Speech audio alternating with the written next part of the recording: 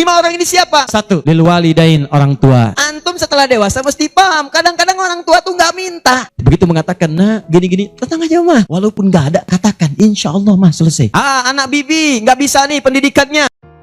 Assalamualaikum warahmatullahi wabarakatuh. Dapatkan rangkuman ceramah dari para ustadz terbaik yang kaya akan ilmu di Ruang Ustadz dengan cara klik like, subscribe, serta aktifkan tombol loncengnya.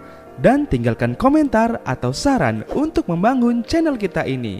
Dan kami ucapkan selamat belajar. Orang infak di jalan Allah. Infak itu, ini yang perlu saya luruskan, tidak harus menggunakan uang. Infak itu pemberian bersifat materi. Makanan itu infak. Pakaian itu infak. Buah-buahan itu infak. Silahkan berbagi. Walaupun nggak ada uang, bisa kita gunakan dengan yang lain. Cek, kalau antum main ke Auckland, ke New Zealand. Ya, di situ ada donation itu bukan cuma dengan uang, food. Kadang mereka kasih dengan makanan. Ada yang nyimpen ciki, kotaknya di situ. Di kotak infak itu, kotak dalamnya ada ciki, ada beras, dan macam-macam. Sampingnya ada yang uang. Cuman mesti dilihat dulu bagaimana bentuk kotaknya. Ya, kalau kotaknya belahan kecil, itu pasti uang. Bukan beras. Oh, ini beras nih. Dibuka dulu karungnya, diginikan. Tidak, bukan. Silakan bebas. Ya, dan itu nilainya tinggi. Kadang-kadang antum lupa di majelis ilmu ada snacknya, walaupun cuma kurma dapat 2, bagi 1 dengan teman. Air misalnya tidak harus semua oleh antum. Begitu antum bagi langsung dituliskan 700 kali lipat paling minimal. Demi Allah saya katakan paling minimal 700 kali lipat. Makanya zaman Nabi itu ada satu keluarga yang berlomba tuh mendekatkan diri pada infak walaupun dirinya kekurangan. Agak aneh tuh cara berpikirnya. Ya, jadi kalau dibandingkan manusia sekarang nggak dapat. Saya mau tanya begini, antum di rumah persediaan, antum punya anak 2. Antum dengan istri, 1 suami, 1 istri, 2 anak. Di rumah ada persediaan makanan untuk 2 anak antum saja. Antum aja nggak makan malam itu, cuma ada anak 2. Untuk mereka, kalau nggak makan, mereka bisa nahan lapar semalaman. Tiba-tiba antum ditawarkan oleh seseorang, ada tamu nih, mau nggak dijamu di rumah? Bisa nggak? Pertanyaan saya, kalau ada orang yang datang seperti itu ke tempat antum, Mas, ini ada tamu, saya nggak bisa jamu. Bisa nggak antum jamu? Di rumah antum cuman ada makanan untuk anak-anak. Antum pun nggak bisa makan. Pertanyaan saya, dijamu nggak teman itu? Kenapa diam? Hai ahli surga. Kenapa diam? Lihat cara berpikirnya. Kalau cara berpikir kita hanya ke makanan saja, maka kita katakan, Ustadz, anak saya aja dapatnya makanan seperti itu, kami pun nggak makan. Bagaimana bisa diberikan pada tamu? Tapi cara berpikir Tolhah dan keluarganya agak beda. Begitu Nabi katakan ada tamu, kita datang langsung angkat tangan. Duluan ngangkat, padahal yang lain banyak yang punya banyak makanan. Tapi cara berpikirnya, kapan lagi saya dapat 700 lebih?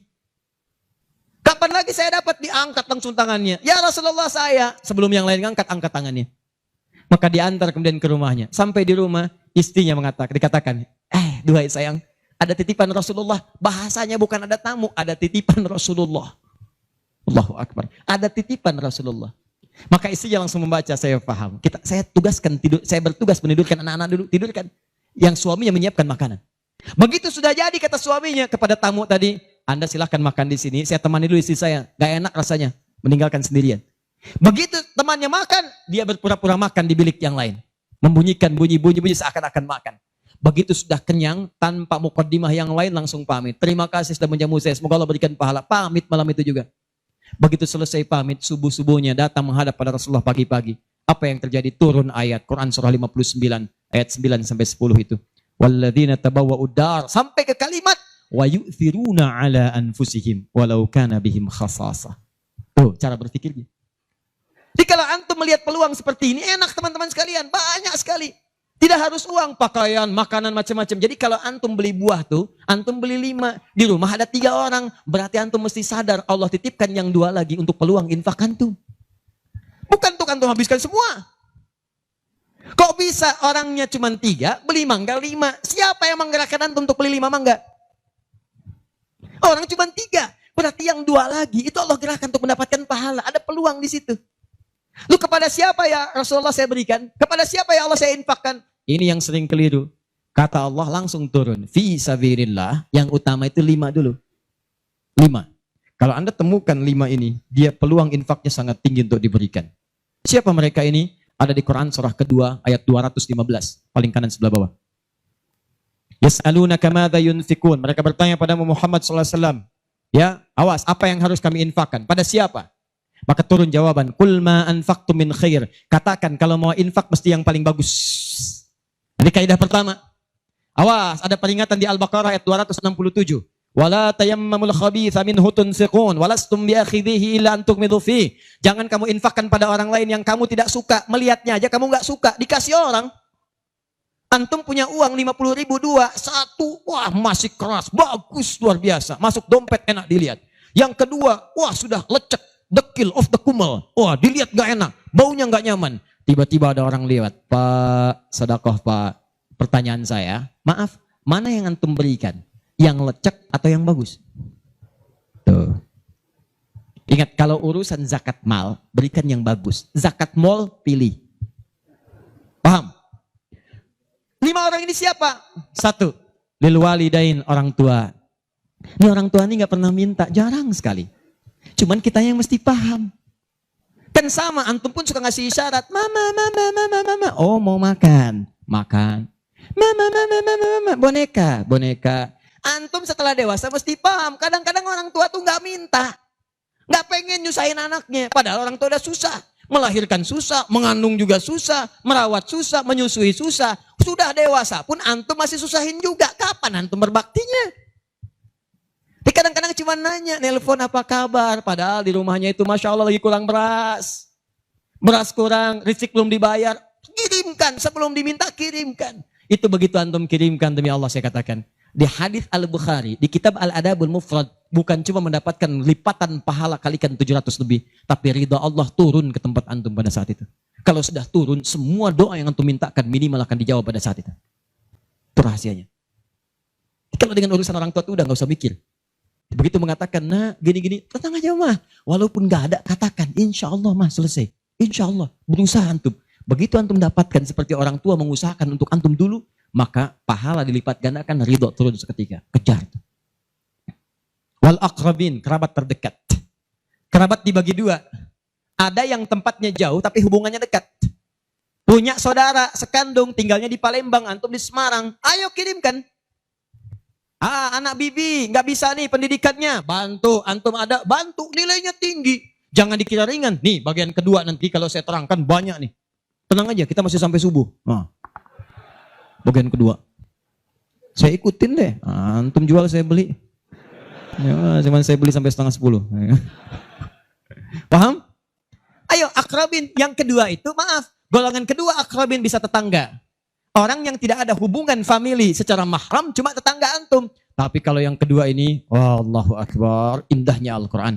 Cek oleh antum, silahkan cek. Walaupun beda agama, itu tetap ada peluang infak. Gak ada ketentuan ini kecuali di Quran. Gak ada aturan ini kecuali di hadis. Buka Quran surah ke-31 ayat 15 paling kiri sebelah atas. Ada anak muslim, orang tua belum Islam, belum dapat hidayah. Kata Allah, urusan untuk ibadah pisahkan. Orang tua jangan paksa, doakan dia, silahkan dakwahi. Tapi urusan dunia, wasahibhuma fid dunya ma'rufa. Wa in jahadaka ala an tusyrika bima laysa laka bihi ilmun fala tuti'huma. Urusan ibadah masing-masing, kalau diajak-ajak enggak usah ditaati, tolak dengan cara yang lembut. Lembut. Tapi kalau urusan dunia, bagi. Antum muslim, orang tua belum Islam, antum punya kelebihan. Uang agak banyak, melimpah, makanan ada, bagi. Kata Allah, jangan lihat kemudian kepercayaannya karena dia belum muslim. Bagi. Indah teman-teman sekalian. Dan itu ada pahalanya. Begitu antum berikan, masuk yang halal. Begitu halal masuk, kan haram keluar. Kan cara berpikirnya begitu. Halal masuk, yang haram keluar. Begitu keluar, sekat di hatinya terbuka. Karena yang haram itu saat masuk di hadis Muslim, haram masuk naktah sauda, noda hitam. Noda menutup. Kalau masuk jadi daging dia, antum misal, iyadzubillah bukan antum, ada orang lain konsumsi yang haram. Yang haram masuk ke dalam mulutnya, masuk ke tubuhnya, beredar dengan darah. Jadi daging, masuk ke telinga, Quran surah 6 ayat ke-25. Wa fi adhanihim naqra, waqra, di telinganya ada sumbatan. Maka yang haram cepat kedengaran, yang halal susah. Masjid dekat, suaranya dekat, Allahu Akbar, susah. Tapi konser yang macam-macam, yang joget, yang ini, yang itu, nyampe tuh konser di Jakarta, dari Semarang tembus ke sana. Wa ada absarihim ghishawah, masuk ke mata jadi penghalang, nutup. Quran surah kedua ayat ke-7. Gak kelihatan. Orang ke masjid itu bukan gak kelihatan, nampak, cuman gak ada dorongan. Akhi, ayo ke masjid. Ya, alhamdulillah. Nanti. Padahal yang besar lewat, kecil lewat. Yang paling aneh tuh begini. Kok bisa antum lewat depan masjid? Padahal bisa lewat jalan lain. Kenapa Allah antarkan sampai lewat depan masjid? Jadi kalau sudah Allah antarkan ke tempat-tempat yang baik, belum ingat Allah juga, antum mesti diantarkan kemana lagi? Tuh. Kok bisa antum lewat dengar adzan? Padahal bisa antum lewat jalan lain, gak kedengaran adzan. Kenapa kemudian yang dengar antum? Kok bisa lewat jalan itu kelihatan mata, padahal bisa ada jalan lain. Kok bisa ngelihat? Kalau Allah sudah berkehendak kebaikan, antum masih belum bisa membacanya, masih ditanya. Itu pasti ada maksiat masuk. Caranya keluarkan. Kalau yang haram masuk, masukkan yang halal. Maka yang haram akan dihancurkan. Hancur. Kemudian muncul yang halalnya. Kalau halal sudah masuk, maka hati itu akan mudah untuk mendekat kepada Allah. Doakan. Demikian tetangga kita. Jangan dikira tetangga antum yang muslim saja. Mungkin kita ada non-muslim samping kita. Mungkin ada yang Kristen, ada yang Hindu, yang Buddha. Dalam hubungan keduniaan indah. Silahkan berbagi. Apa antum gak pernah dengar hadis Nabi? Siapa yang masak makanan, baunya sampai ke tetangganya, maka bagilah dia walaupun cuma kuahnya. Tapi maksudnya bukan daging yang antum makan, kuahnya antum bagi. Bukan. Tidak. Maksud hadis itu walaupun cuma masak kuah, bagi juga supaya dia tidak negatif thinking, tidak salah paham. Antum gak ada ayam, adanya singkong. Cuman dimasak bumbu opor. Bumbunya opor, tapi dagingnya singkong. Dimasak gak antum bagi. Tetangga bilang, oh masak opor enak nih. Padahal singkong. Dibagi walaupun cuma kuahnya. Tapi pertanyaan saya, apakah hadis itu mengatakan kalau tetangga anda muslim saja? Tidak. Never. Walaupun dia non muslim, masak. Bagikan sebelum dia menghirup baunya, ketuk pintunya. Begitu diketuk dia keluar. Ada apa Pak? Ini ada makanan walaupun sedikit, mudah-mudahan bisa bermanfaat. Bapak baik sekali, terima kasih. Bukan baik, Allah yang memerintahkan saya untuk berbagi. Dan saat itulah kalimat Allah mengalir di hati yang paling bening, menghunjam ke jiwanya. Masuk jadi hidayah. Masya Allah, besok-besok dia ketuk pintu kan, Assalamualaikum, udah bisa Assalamualaikum tuh. Sebelumnya tidak. Begitu dibuka sambil mengembalikan yang kemarin, ya panci yang kemarin dikembalikan. Pak ini, apakah Allah sudah memerintahkan berbagi lagi hari ini? Oh, lumayan. Nggak ada aturan kalau bukan non muslim jangan bagi. Nggak ada, indah dalam Islam itu. Jadi walaupun anda kasih ke yang non muslim, pahala dituliskan. Jadi jangan pilih-pilih kalau urusan dunia. Anda masak, ini samping Islam, sampingnya lagi Kristen, sampingnya lagi kemudian muslim, non muslim. Bagi yang muslimnya, yang non muslim tidak. Begitu dia ngelihat kelewatan dipanggil anda. Pak, kayaknya enak makanannya ya. Memang enak bu, cuman sayang ibu kafir. Oh, kok begitu? Gak ada. Jadi bagi teman-teman, silahkan. Dan pahalanya ada, indah. Cuman di kita tuh, coba lihat aturan antum bang aja deh. Kita fikirnya kumpulin lagi. Bab tumbuhan, sekarang kan lagi musim rambutan ya. Rambutan. Tuh, antum di pekarangan ada rambutan, tumbuh. Pohon rambutan, pekarangan antum. Cuman sayang buahnya ke tetangga antum. Terus ke sini. Maka dalam kaidah fikih disebutkan hakun mushtarak. Ini hak bersama antara antum dengan tetangga. Kenapa? Karena antum keluar rumah kelihatan cuman pohonnya. Dia keluar rumah kelihatan buahnya. Dan yang paling menarik, dia udah lihat buah, daunnya jatuh ke bawah. Dan kadang buahnya jatuh ke sini, membuat dia kesulitan.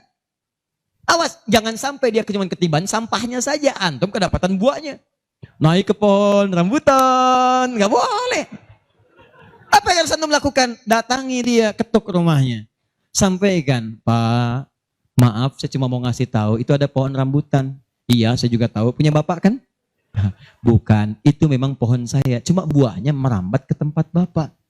Terus, itu hak kita bersama. Bapak nggak usah minta, begitu inginkan ambil aja, silahkan dapatkan. Aturan dari mana itu? Ini Rasul saya yang mengajari, Nabi Muhammad SAW. Bapak keluar, lihat buahnya, saya keluar cuma lihat pohonnya. Kalau bapak pengen ambil aja. Wah hebatnya Islam, terima kasih Pak. Insya Allah, udah insya Allah tuh. Ya. Nanti saya ambil, udah pergi tuh, ambilin dan kita senang lihatnya. Begitu diambil pahala. Setiap satu buah 700 pahala. Setiap satu buah, 700. Masya Allah. Luar biasa. Dan dia kan gak paham fikih. Belum masuk Islam. Besoknya ayam antum main ke tempat dia. Ayam. Dia kira hukum ayam sama dengan rambutan. Wah. Nabinya umat Islam baik banget. Kemarin ngirim rambutan, sekarang ayam. Wah, Pokoknya. Mungkin ayam itu akan menggendong antum ke surga. Ya? Infak tuh.